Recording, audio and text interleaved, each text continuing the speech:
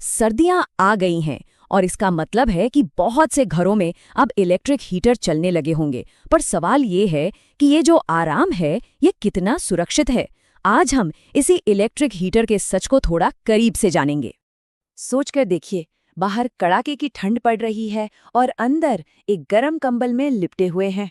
ऐसे में एक पोर्टेबल इलेक्ट्रिक हीटर से ज्यादा अच्छा क्या ही लगेगा, है ना? बस एक बटन दबाया और फौरन वो राहत वाली गर्मी मिलनी शुरू हो जाती है। पर जैसा कि कहते हैं ना, हर चीज की एक कीमत होती है, तो इस आराम की भी एक कीमत है। जहां एक तरफ ये हमें सुकून भरी गर्मी देता है, वहीं दूसरी तरफ ये एक बहुत बड़ा खतरा भी बन सकता है। आज हम इसी छुपे हुए खतरे की परतें खोलेंगे। तो चलिए सबसे पहले ये समझते हैं कि ये मामला आखिर कितना कितना सीरियस है। जो आंकड़े अब हम देखने वाले हैं ना, वो शायद थोड़ा चौंकाने वाले हो सकते हैं। ये नंबर देखिए, 25,000 हर साल। सिर्फ अमेरिका की बात करें तो स्पेस हीटर की वजह से 25,000 घरों में आग लग जाती है। और सबसे दुख की बात, इन हादसों में करीब करीब 300 लोगों की जान चली जाती है। ये कोई छोटा मोटा आंकड़ा नहीं है, ये बहुत सीरियस बात है। तो सवाल ये उठता है कि आखिर ये छोटा सा डिब्बा इतनी ज्यादा गर्मी पैदा कैसे कर लेता है। चलिए इसके पीछे के बड़े ही सिंपल लेकिन बहुत ही पावरफुल साइंस को समझते हैं। देखिए, इसका पूरा राज जूल हीटिंग नाम के एक सिद्धांत में छिपा है। अगर आसान भाषा में कहूं तो जब बिजली किसी ऐसी चीज से गुजरती है जो उसे रोकने की कोशिश करे, जैसे हीटर का कॉइल, तो बस वो रुकावट ही गर्मी बन जाती है। यही वो छोटा सा मैजिक है जो हर इलेक्ट्रिक हीटर के अंदर हो रहा होता है। और इसे समझने का सबसे बेस्ट तरीका तो हमारे किचन में ही मौजूद है, हमारा टोस्टर।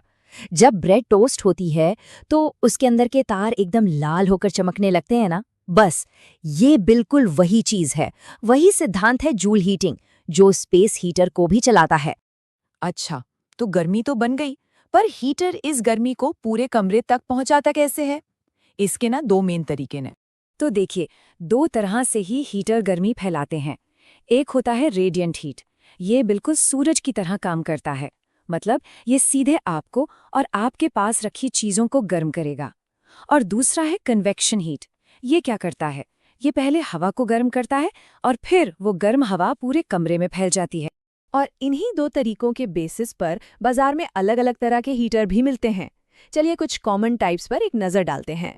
तो कुछ कॉमन हीटर हैं। इंफ्रारेड हीटर, ये सीधे आपको गर्मी देते हैं, मतलब जब सीधे हीटर के सामने बैठना हो तो ये बेस्ट है। फिर आते हैं फैन हीटर्स, जो पंखे की मदद से गर्म हवा को तेजी से पूरे कमरे में फैला देते हैं, कमरा जल्दी गर्म हो जाता है। और एक होते हैं ऑयल फिल्ड हीटर, ये धीरे धीरे लेकिन लगातार गर्मी देते हैं। और सबसे अच्छी बात, ये बिल्कुल शांत होते हैं, इसीलिए लोग इन्हें बेडरूम के लिए काफी पसंद करते हैं। चलिए अब इस पूरी बातचीत के सबसे सबसे जरूरी हिस्से पर आते हैं, सेफ्टी। और देखिए, ये जो सुरक्षा नियम है ना, ये कोई मजाक नहीं है, ये सच में जिंदगी और मौत का सवाल बन सकते हैं। तो पहले उन चीजों की बात करते हैं जो हीटर इस्तेमाल करते वक्त हमेशा करनी चाहिए। ये 4 नियम तो बिल्कुल गांठ बांध लीजिए। पहला, हीटर को हमेशा एक मजबूत और सीधी जगह पर रखें। दूसरा, पर्दे, सोफे, बिस्तर जैसी किसी भी जलने वाली चीज से कम 3 फीट की दूरी जरूर रखें। तीसरा, हर बार चलाने से पहले तार को एक बार जरूर देख लें कि कहीं से कटा फटा तो नहीं है।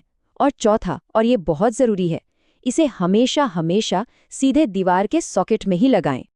और अब बात उन चीजों की जो बिल्कुल भी नहीं करनी है। ये नियम आग और बिजली के झटके जैसे खतरों से बचाने के लिए हैं। तो सुनिए, वो कौन सी चीजें हैं जो कभी नहीं करनी।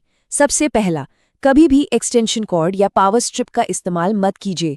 वो हीटर का लोड उठाने के लिए नहीं बने होते और ज्यादा गर्म होकर आग पकड़ सकते हैं। दूसरा, हीटर को कभी भी अकेला चलाकर मत छोड़िए, और सोते समय तो बिल्कुल भी नहीं। अगर कुछ गड़बड़ हो गई तो पता भी नहीं चलेगा। और आखिर में, इसे कभी भी बाथरूम या किचन जैसी गीली जगहों के पास इस्तेमाल मत कीजिए। याद रखिए, पानी और बिजली का मेल बहुत खतरनाक होता है। और हाँ, सेफ्टी के लिए एक और बहुत जरूरी बात, स्मोक अलार्म। ये सच में जान बचाते हैं। तो बस ये पक्का कर लें कि घर में एक स्मोक अलार्म लगा हो और वो ठीक से काम कर रहा हो। अच्छा, सेफ्टी तो हो गई, पर एक और चीज है जिसके बारे में सोचना जरूरी है, और वो है जेब पर पड़ने वाला असर, मतलब बिजली का बिल। शायद ये जानकर हैरानी हो कि वो छोटा सा दिखने वाला हीटर असल में कितनी बिजली खाता है। एक एवरेज हीटर करीब करीब 1000 वॉट बिजली खींचता है। अब जरा इसकी तुलना कीजिए एक टीवी से जो सिर्फ 120 वॉट लेता है, या एक लैपटॉप से जो करीब 70 वॉट। मतलब एक हीटर चलाना लगभग 8 टीवी एक साथ चलाने के बराबर है। जाहिर है इसका असर बिजली के बिल पर तो पड़ेगा ही। तो आखिर में सवाल यही बचता है कि इन सारे जोखिमों और खर्चों को देखते हुए क्या स्पेस हीटर का इस्तेमाल करना भी चाहिए? और इसका जवाब है हाँ, बिल्कुल। लेकिन सिर्फ और सिर्फ तब जब इसे सही तरीके से और पूरी सेफ्टी के साथ इस्तेमाल किया जाए। ये एक बहुत काम का उपकरण है, आराम देने वाला है, लेकिन इसे इज्जत के साथ इस्तेमाल करना जरूरी है। तो सुरक्षित रहिए